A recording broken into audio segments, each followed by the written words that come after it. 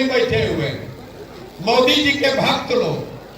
हम रास्ता में चलते हैं तो कहता है, हे भैया मोदी से ही देश का कल्याण होगा, आप बिहार को सुधारिए, आप मोदी जी को दिल्ली में रहने दीजिए। तो जितना यहाँ मोदी जी का भक्त लोग बैठा है, आपको मोदी जी के लिए वो छोटे वर्ष से मोदी जी देश के प्रधानमंत्री हैं। 10 वर्ष में मोदी जी ने बिहार के लिए आपके लिए कुछ किया कि नहीं, इस बहस को छोड़ दीजिए। आप तो भक्त है, आपको तो कुछ नहीं चाहिए। मोदी जी के 10 वर्ष प्रधानमंत्री रहते हुए बिहार का कुछ फायदा हुआ कि नहीं, इसको छोड़िए। बिहार के लोगों के लिए मोदी जी ने कुछ किया कि नहीं, इसको भी छोड़ दीजिए। लेकिन 10 वर्ष में मोदी जी ने बिहार के विकास के लिए एक बैठक किया हो, एक बैठक, काम नहीं, एक बैठक किया हो, उसका हमको समाचार पत्र दिखा दीजिए। हम अपना काम धाम छोड़ के फिर से मोदी का झंडा लेकर चलने को तैयार। 10 वर्ष में जिस नेता ने आपके बच्चों के लिए एक बैठक नहीं किया, 2 महीना के बाद वोट होगा, उछल उछल के मोदी के नाम पर जाके वोट दीजिएगा और फिर आके हमको कहिएगा कि ये भैया बड़ा गरीबी है। आपका लड़का जाके गुजरात में मजदूरी नहीं करेगा तो बिहार में फैक्ट्री का मालिक बनेगा। यहाँ के आदमी को सुधरना कहाँ है? यहाँ के आदमी को सुधरना नहीं है। आपको कोई नेता नहीं ठग रहा है, यहाँ का आदमी खुदे ठगाने के लिए तैयार बैठा। आओ रे भैया ठग लो। आपको जब अपने बच्चों की चिंता नहीं है, अपनी चिंता नहीं है, तो मोदी जी या लालू जी आपका चिंता काहे करेंगे? काहे करेंगे आपका चिंता? हम अभी आपको दिखाते हैं आपके आंख के सामने आपका दुर्दशा का असली कारण। एक बार जरा ठंडा लग रहा है लेकिन हथुआ निकालिए, अब बताइए तो कि आपको अपने बच्चों की चिंता है कि नहीं है? उठाइए जरा हाथ जिसको इसको है, ईमानदारी से हाथ उठाइए जिसको अपने बच्चों की चिंता है? आपको अपने बच्चों की चिंता है? पूरा गांव बैठ के एक साथ देखिए कैसे झूठ बोल रहा है। अभी हम आपके गांव में आए हैं, अभी आप कह रहे हैं कि हमको हमारे बच्चों की चिंता है। आपके गांव में आए पैदल चल के, रास्ता में अगर 100 को बच्चा मिला है, आधा से ज्यादा बच्चों के शरीर पर तो शुद्ध कपड़ा नहीं। ये ठंडा के दिन में आपके बच्चों के पैर में हवाई चप्पल नहीं। विद्यालय में हम लोग बैठे हैं लेकिन किसी का बच्चा पढ़ता हुआ नहीं दिखा। या तो विद्यालय जाता नहीं है और जाता है तो 10 बजे खिचड़ी खा के रोड पर घूरा पर मैदान में दौड़ रहा। आपको उसका कोई चिंता नहीं, कोई चिंता नहीं। जिन नेताओं ने आपके बच्चों का ये हाल किया है, शरीर पर कपड़ा नहीं, पैर में चप्पल नहीं, पेट में खाना नहीं, हाथ में किताब कॉपी नहीं, कल वोट होगा तो जात के नाम पर जाकर उसी को वोट दीजिएगा।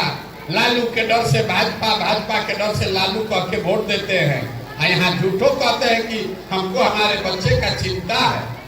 अपने बच्चों के नाम पर अगर आप ईमानदार नहीं हैं तो आप और आपका बच्चा नहीं भोगेगा तो कौन भोगेगा? यही बात बताने आए। हम वोट नहीं मांगते, कोई मीठा बात भी नहीं बोलते, कोई मीठा बात नहीं बोलते। यहाँ के आदमी का जो दुर्दशा है, हमको आप देखने आए हैं, हमको देखने आता है आदमी। अरे कौन आदमी है जो 16 महीना से पैदल चल रहा है? देखिए आप अपना दुर्दशा। आप हमको देखने आए हैं कि कौन आदमी है 16 महीना से परिवार घर छोड़ के पैदल चल रहा है। आपको ये नहीं बुझा रहा है कि आपके घर का सवांग, आपका बेटा, आपका भाई, आपका पति सालों साल से आपको छोड़कर चला गया मजदूरी करने। एक बार जहां गया मजदूरी करने, अब साल में एक बार ईद में, छठ में घरे आता है तो 10 दिन के लिए आप उसका मुंह देखते हैं। हम तो 15 किलोमीटर पैदल चल रहे हैं, वो आदमी वहां अपना हाड़ गला रहा है। 10-12 हजार रुपया के लिए पेट काटता है तो घरे 6,000-8,000 भेजता है, हमारा बाल बच्चा कैसे उठाए। और आपसे पूछते हैं वोट काहे दिए थे, तो कहता है कि भाजपा के डर से लालू को दे दिए, अपना जात वाले खड़ा था उसको दे दिए, मुर्गा भात खाए इसलिए दे दिए। तो आपका आदमी नहीं भोगेगा तो कौन भोगेगा ये बताइए। लोग हमको कह रहे हैं भैया बिहार में विकल्प नहीं था। बहुत आदमी कहता है विकल्प नहीं था, आप आ गए हैं, आप एगो दल बनाइए, आप आगे आगे चलिए, हम लोग सब आपका मदद करेंगे। हम पहले ही आपको हाथ जोड़ रहे हैं, हमको आपका साथ नहीं चाहिए, आप हमारा साथ क्या कीजिएगा। अरे जिस समाज में लोग अपने बच्चों का साथ नहीं दे रहे हैं, आप हमारा साथ दीजिएगा।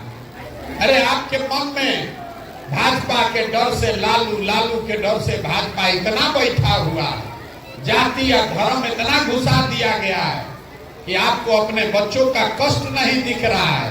आप प्रशांत किशोर के पैदल चलने से सुधरने वाले हैं। हम 15 महीना चले कि 15 साल चल दें, बिहार का आदमी सुधरने वाला नहीं है। अब आपको एक छोटा सा रास्ता बता के जा रहे हैं, ठीक लगे तो अपनाइए। अगली बार जब वोट देने जाइए, वोट जिसको मन है उसको दीजिए। हमारे कहने से आप ना सुधरिएगा ना हमको कहना है। वोट जिसको देना है दीजिए, लेकिन वोट देते समय स्वार्थी बनिए।